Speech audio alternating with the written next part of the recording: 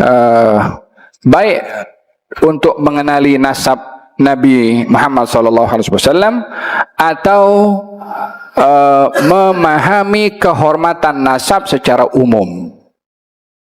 Memahami kehormatan nasab secara umum.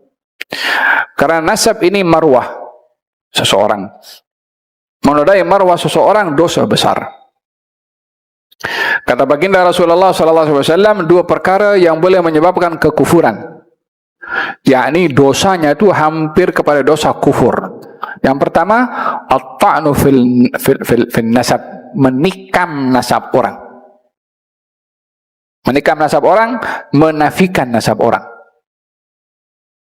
Kamu bukan anak ayah kamu, contohnya begitu. Ada dosa besar dia. Assalamualaikum warahmatullahi wabarakatuh. Berjumpa kembali bersama kami di channel Membuka Mata. Bagaimana kabar kalian? Semoga kalian semua selalu dalam keadaan sehat walafiat dan semoga kalian semua selalu dalam lindungan Allah Subhanahu wa taala. Amin amin ya rabbal alamin. Baik, pada kesempatan kali ini mari kita bersama-sama menyimak, menyaksikan dan juga mendengarkan dengan tujuan ingin belajar, menambah wawasan kita, yang mana kita akan mendengarkan sebuah tanggapan dari Habib Ali Zainal Abidin terhadap polemik nasab yang sampai saat ini masih belum selesai.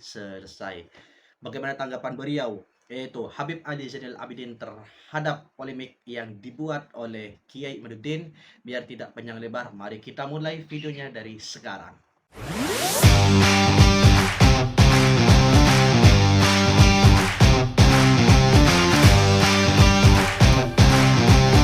Cucu Nabi bisa dideteksi betul atau tidak dia itu cucu Nabi dengan dua hal.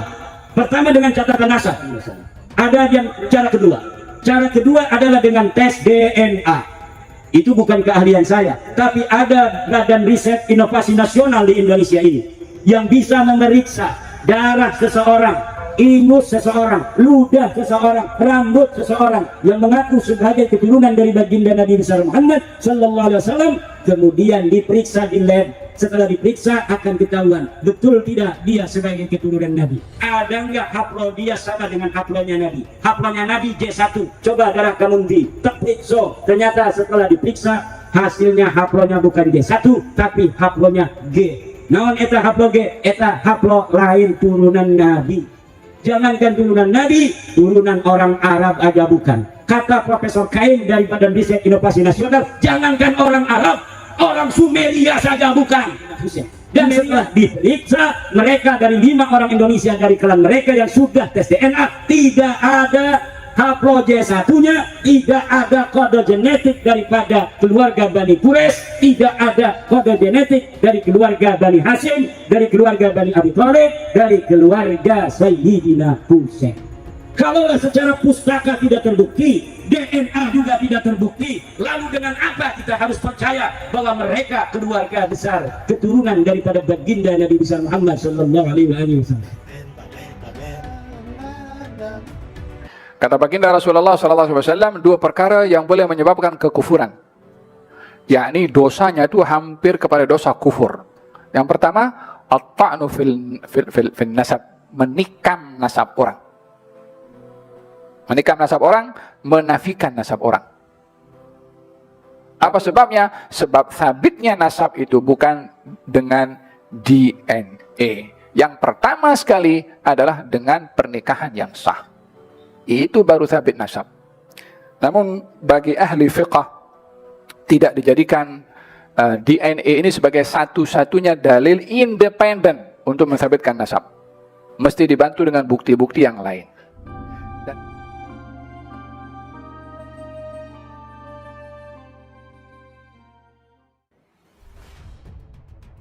Bismillahirrahmanirrahim. Alhamdulillahi Rabbil Alamin, wa bihi nasta'inu ala umuri dunya wad din, wassalamu wassalamu ala ashrafil anbiya'i wal mursalin, Sayyidina Muhammad, wa ala alihi wa sahbihi ajma'in, amma ba'd. Masih panas hingga saat ini perdebatan tentang kesyahihan nasab Ba'alawi sebagai keturunan Nabi. Alasan yang selalu dilontarkan oleh pihak yang membatalkan nasab Ba'alawi adalah karena tidak adanya kitab sezaman yang menyebutkan bahwa Ubaidillah, yaitu moyang dari Ba'alawi, sebagai keturunan Ahmad bin Isa. Kenapa alasan ini tidak diterapkan juga kepada keturunan Wali Songo yang juga mengaku sebagai keturunan Nabi, untuk menunjukkan kitab sezaman yang menyatakan bahwa moyang mereka adalah keturunan Nabi? Meski bukti sezaman seperti yang selalu dituntut oleh pihak yang membatalkan nasab Ba'alawi sudah ditampilkan oleh pihak yang pro terhadap Ba'alawi, namun kubu yang kontra Ba'alawi masih tetap tidak mau taslim. Bahkan sampai diserukannya tes DNA bagi keturunan Ba'alawi untuk membuktikan bahwa mereka benar-benar keturunan Nabi. Namun tuntutan ini kenapa tidak diberlakukan juga kepada keturunan Wali Songo yang juga mengaku sebagai keturunan Nabi? Mereka, pihak yang kontra Ba'alawi, memang suka menerapkan standar ganda untuk membenarkan pendapatnya. Menuntut orang untuk menunjukkan kitab sezaman tapi tidak untuk diri mereka sendiri. Menuntut orang untuk melakukan tes DNA tapi tidak untuk diri mereka sendiri.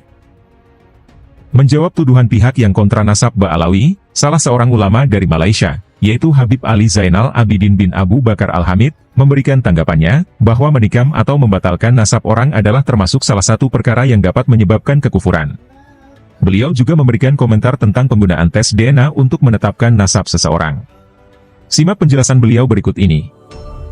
Mengenai nasab ini penting sekali, baik untuk mengenali nasab Nabi Muhammad SAW atau memahami kehormatan nasab secara umum. Memahami kehormatan nasab secara umum. Karena nasab ini marwah seseorang.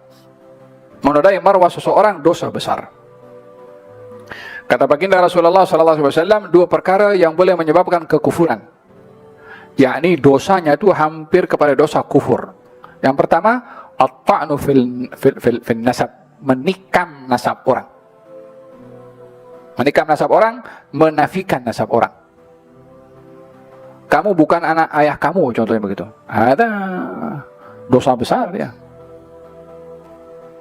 Kamu bukan keturunan daripada kabilah kamu, sama itu dosa besar itu. Seperti mana juga tidak boleh seseorang itu mengaku-ngaku kepada bukan nasab bapaknya. Seperti mana orang lain tidak boleh menikam nasab orang, orang itu sendiri tak boleh menisbahkan nasab kepada bukan bapaknya sendiri. La'anallahu man intasaba ila ghairi abi. Allah melaknat orang kalau menasabkan kepada bukan bapaknya. Menasabkan bapak angkatnya, tak boleh. Macam mana? Nasab itu tidak boleh hanya sabit dengan DNA. Disebabkan oleh kerana ada kalanya DNA seorang itu sama, tapi tak boleh dinasabkan kepada tuan yang punya DNA. Anak zina, kalau dia daripada DNA-nya sama, anak dengan bapaknya. Tapi dalam Islam boleh ke anak zina dinasabkan kepada bapaknya? Tidak boleh. Apa sebabnya? Sebab sabitnya nasab itu bukan dengan DNA. Yang pertama sekali adalah dengan pernikahan yang sah. Itu baru sabit nasab.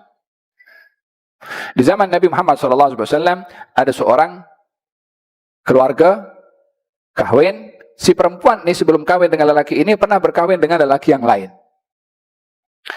Sampailah pada satu hari si perempuan ini kahwin dengan lelaki yang baru, dan tak lama daripada perkawinan itu melahirkan anak, didapati anaknya mirip suami yang pertama. Mirip suami yang pertama. Maka diakui, ya Rasulullah, ini anak-anak saya.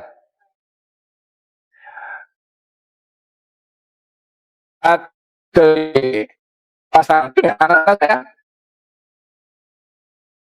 Kan mengatakan anak itu adalah anak pada siapa lelaki yang setilam dengan perempuan itu, yakni dengan suaminya yang baru. Di sini untuk menutup hal-hal buruk berlaku dengan setiap orang boleh mengaku kepada sesiapa saja kalau itu anaknya setelah perempuan itu kawin dengan lelaki yang lainnya.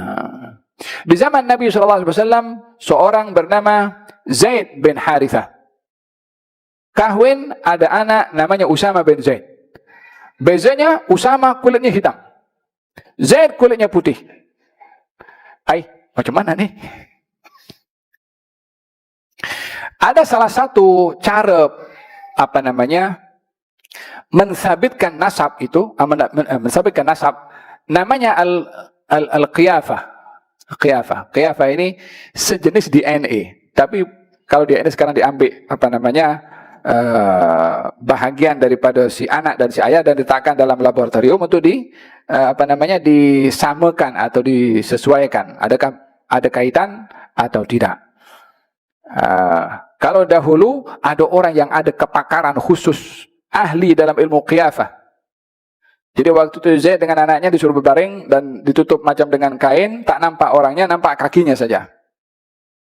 Maka orang yang ahli qiyafah mengatakan ini kaki ini adalah satu dengan yang lain, asal usulnya sama. Oh, nampak saja kaki boleh sabitkan ini satu dengan yang lain daripada keturunan yang sama. Barulah Nabi gembira.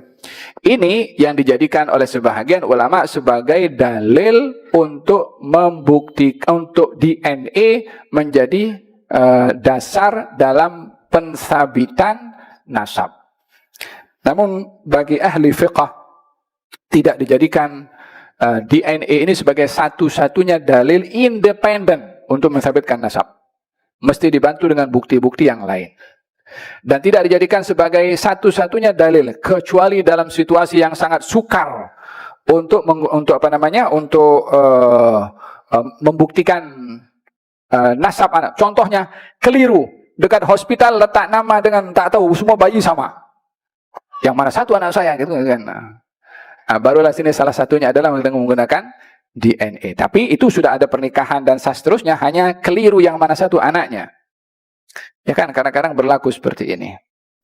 Alhamdulillahirrabbilalamin. Akhirnya kita sudah bersama-sama menyaksikan, menyimak dan juga mendengarkan sebuah tanggapan, sebuah komentar, sebuah argumentasi yang disampaikan langsung oleh Habib Ali Zainal Abidin Al-Hamid, yang mana beliau mengomentari terhadap polemik yang sampai saat ini belum selesai, yaitu polemik nasab Ba'alawi. Di dalam videonya tersebut, kalau kita mendengarkannya secara seksama, maka insya Allah kita akan mendapatkan poin-poin yang sudah beliau jelaskan, yaitu mengenai nasab Ba'alawi. Pada video tersebut, Habib Ali Zainal Abidin Al-Hamid mengomentari terhadap pernyataan atau komentar atau tesis yang dibuat oleh Kiai Imaduddin, terutama mengenai tes DNA.